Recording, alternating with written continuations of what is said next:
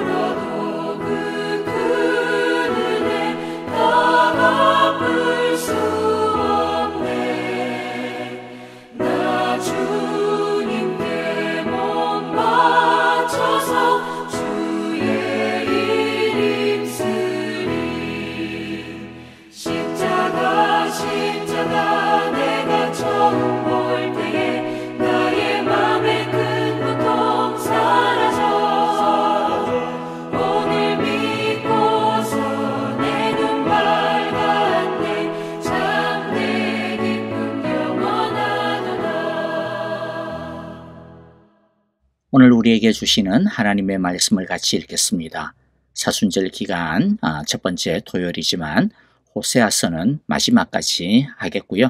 이어서 마가복음 11장부터 계속하겠습니다.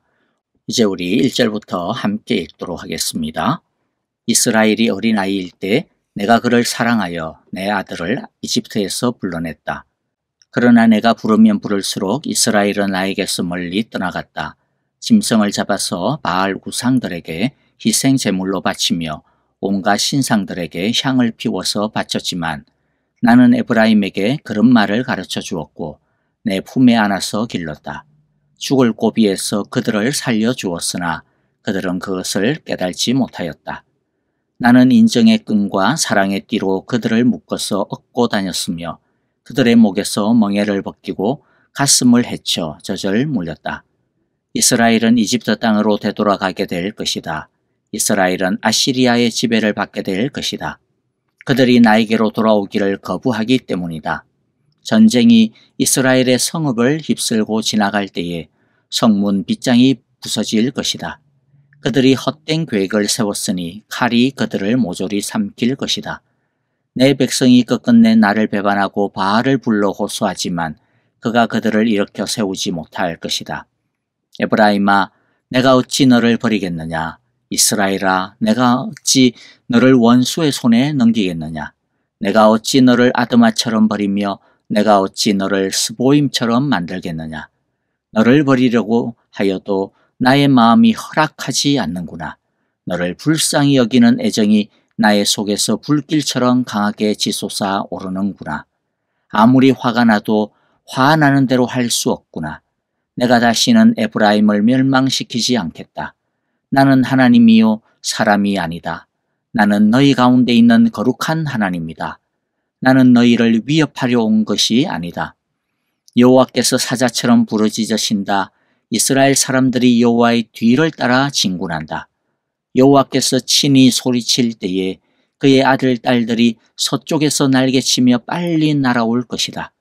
이집트 땅에서 참새 때처럼 빨리 날아오고 아시리아 땅에서 비둘기처럼 날아올 것이다. 내가 끝내 그들을 고향집으로 돌아오게 하겠다. 나 여호와의 말이다. 아멘. 이미 말씀드렸듯이 우리는 이제 사순절이라는 참 귀한 절기를 시작하고 있습니다.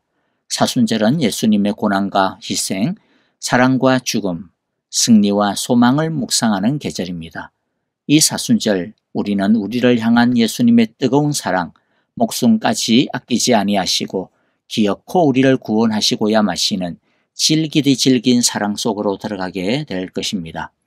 오늘의 말씀을 통하여서도 하나님의 이 진한 사랑의 감동을 느낄 수 있습니다. 1절을 보면요. 이스라엘이 어린아이일 때 내가 그를 사랑하여 내 아들을 이집트에서 불러냈다. 어린아이라는 것은 아무런 자격이 없는 때라는 것입니다.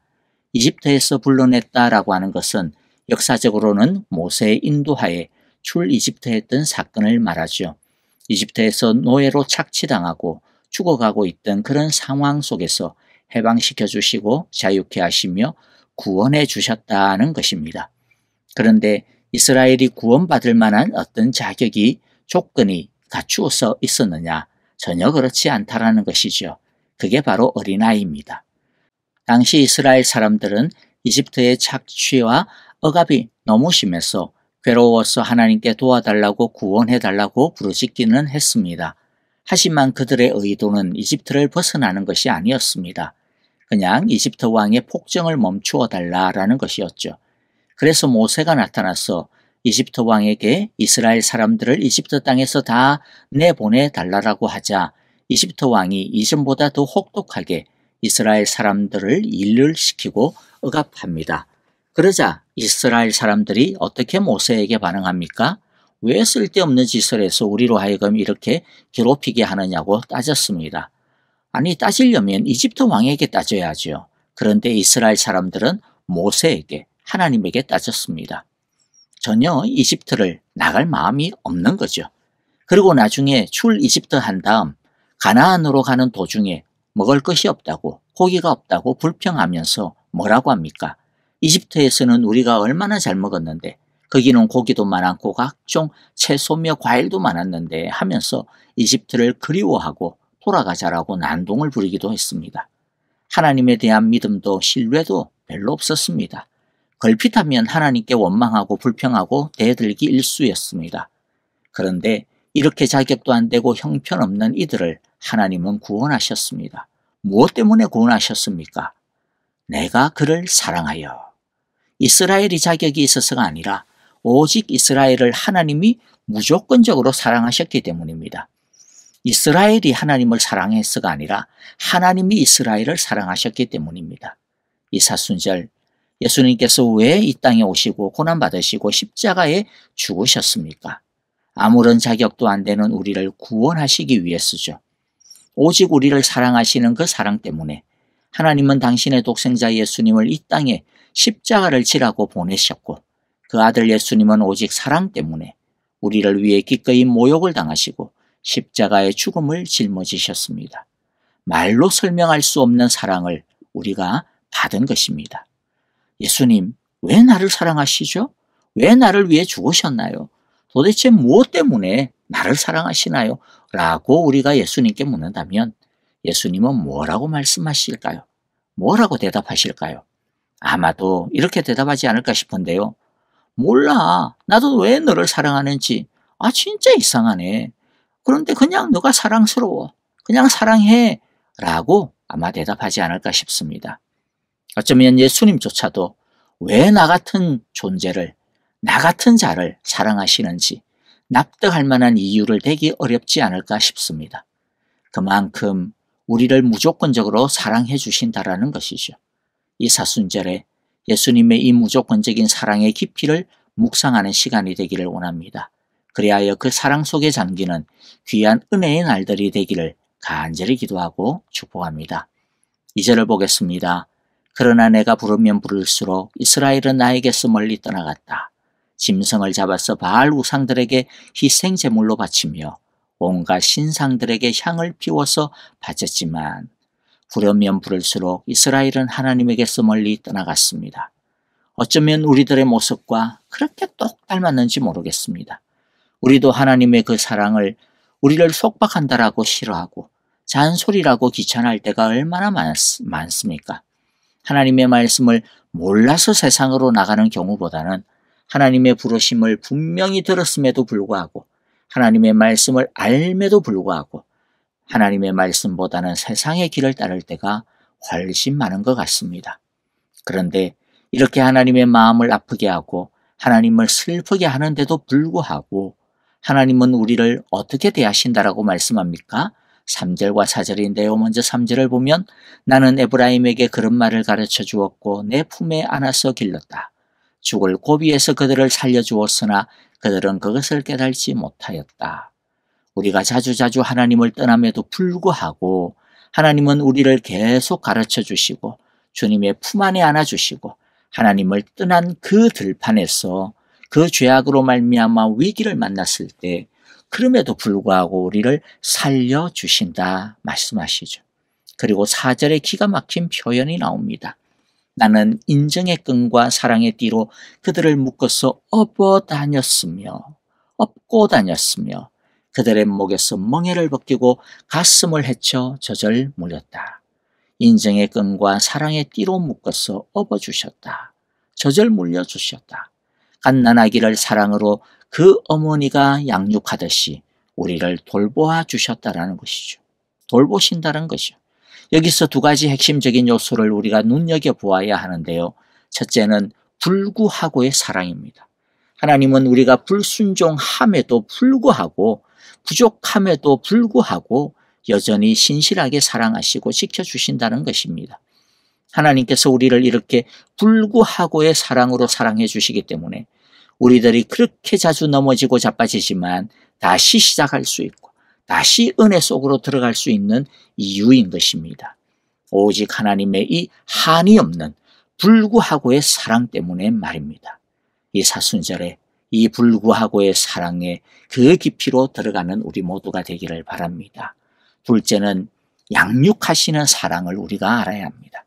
하나님은 우리를 그냥 괜찮아 아이고 오냐 아이고 귀엽네 그렇게 사랑하시는 것이 아닙니다. 하나님의 사랑에는 분명한 목적이 있습니다. 그것이 뭡니까? 자라남입니다. 성장입니다. 성숙입니다. 3절 4절에 보면 다 어떤 내용입니까? 부모가 아이를 양육하는 그림으로 되어 있습니다. 그러니까 하나님의 불구하고의 사랑은 하나님의 자녀답게 자라도록 이끄는 사랑이라는 거죠. 하나님의 거룩한 신부답게 단장하도록 이끄는 사랑입니다. 하나님의 신실한 왕같은 제사장답게 존귀하도록 이끄는 사랑입니다. 하나님의 사랑과 구원에는 그 이유를 우리는 알 수가 없죠.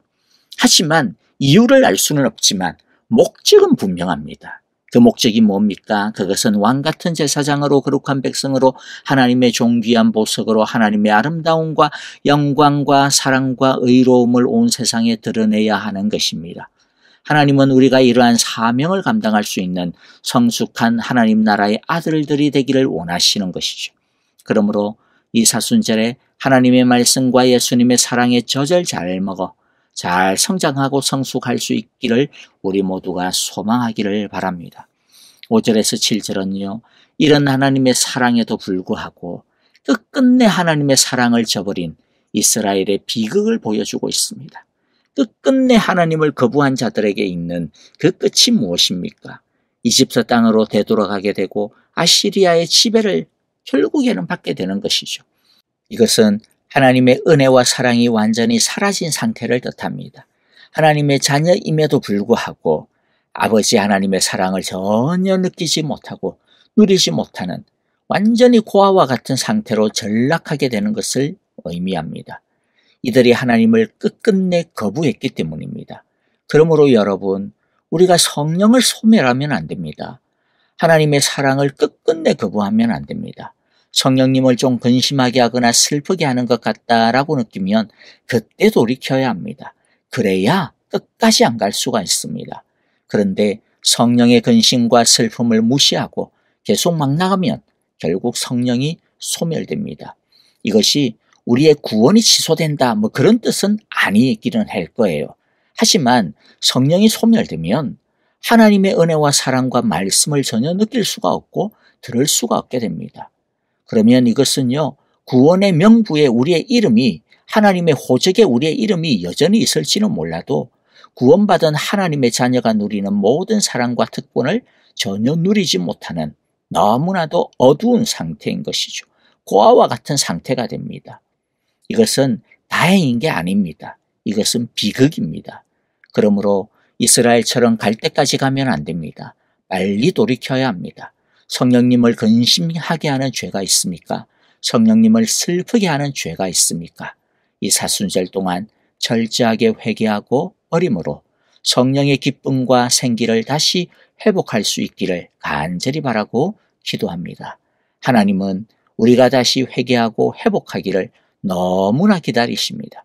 우리가 주님의 이름을 부르기만 하면 하나님은 다시 돌아오십니다. 이전보다 더 큰 사랑과 능력으로 돌아오신다라고 오늘 약속하고 계십니다. 8절부터 11절의 말씀을 우리 다시 읽고요. 그대로 말씀을 마치도록 하겠습니다.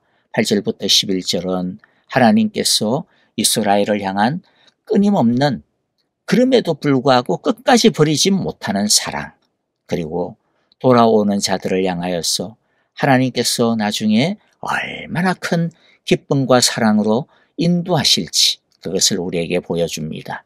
8절부터 같이 우리 한번 읽습니다. 에브라임아, 내가 어찌 너를 버리겠느냐? 이스라엘아, 내가 어찌 너를 원수의 손에 넘기겠느냐? 내가 어찌 너를 아드마처럼 버리며 내가 어찌 너를 스보임처럼 만들겠느냐? 너를 버리려고 하여도 나의 마음이 허락하지 않는구나. 너를 불쌍히 여기는 애정이 나의 속에서 불길처럼 강하게 치솟아 오르는구나. 아무리 화가 나도 화나는 대로 할 수 없구나. 내가 다시는 에브라임을 멸망시키지 않겠다. 나는 하나님이요 사람이 아니다. 나는 너희 가운데 있는 거룩한 하나님이다. 나는 너희를 위협하려 온 것이 아니다. 여러분 보세요. 하나님께서 우리를 향한 그 애정이 어떻습니까? 우리를 불쌍히 여기는 애정이 하나님의 속에서 불길처럼 강하게 치솟아 오른다 말씀합니다. 우리도 하나님을 향한 애정이 우리 하나님처럼 우리 속에서 불길처럼 강하게 치솟아 오르기를 간절히 바랍니다. 10절, 여호와께서 사자처럼 부르짖으신다. 이스라엘 사람들이 여호와의 뒤를 따라 진군한다. 여호와께서 친히 소리칠 때에 그의 아들, 딸들이 서쪽에서 날개치며 빨리 날아올 것이다. 이집트 땅에서 참새떼처럼 빨리 날아오고 아시리아 땅에서 비둘기처럼 날아올 것이다. 내가 끝내 그들을 고향집으로 돌아오게 하겠다. 나 여호와의 말이다. 아멘. 여러분, 우리 하나님께서 사자처럼 부르짖으실 때, 사자처럼 말씀하실 때 우리도 하나님의 그 말씀을 따라, 그 뒤를 따라 정말로 하나님을 따라서 진군하는 우리 모두가 되기를 바랍니다. 하나님의 그 말씀에 우리 모두도 서쪽에서 날개치며 하나님을 향하여 날아가기를 원합니다. 그리하여 여호와의 집에 영원히 안식하며 그 하나님의 상에서 먹고 누리는 우리 모두가 되어지기를 간절히 기도합니다. 이제 오늘 우리에게 주신 말씀들 우리 마음 가운데 새기면서 함께 회개할 것 회개하고, 또 이 사순절에 오 하나님 주님의 사랑을, 우리 하나님의 그 자비하심과 긍휼을, 우리가 그 불같이 강하게 치솟아오르는 그 하나님의 사랑을 우리가 뜨겁게 느끼기를 원합니다. 그 사랑 안에 거하기를 원합니다. 우리 안에도 하나님을 향한, 우리 예수님을 향한 뜨거운 사랑이 불길처럼 솟아오르게 하여 주소서. 우리 그렇게 기도하고요. 내일 주일입니다. 예배를 위하여 특별히 성찬식이 있죠. 우리 성찬을 준비하면서 우리 예수님의 십자가의 그 사랑을 다시 한 번 더 묵상하며 은혜와 성령의 기름 부음의 역사가 넘치는 귀하고 복된 예배를 위하여 기도하기를 원합니다.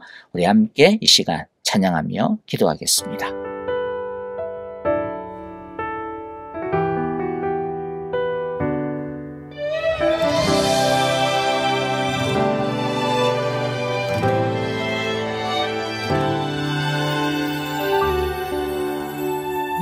무명이어도 공허하지 않은 것은 예수 안에 난 만족함이라.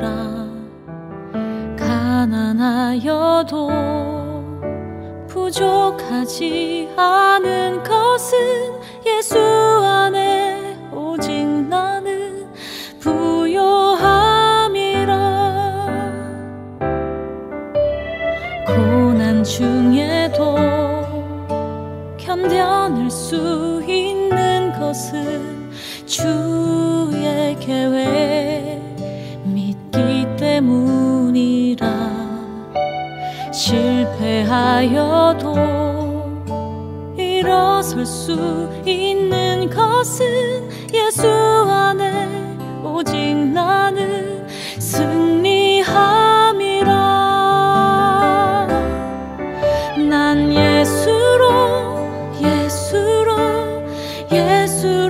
충만하네. 난 예수로 충만하네. 난 예수로 충만하네. 영원한 왕 내 안에 살아 계시네.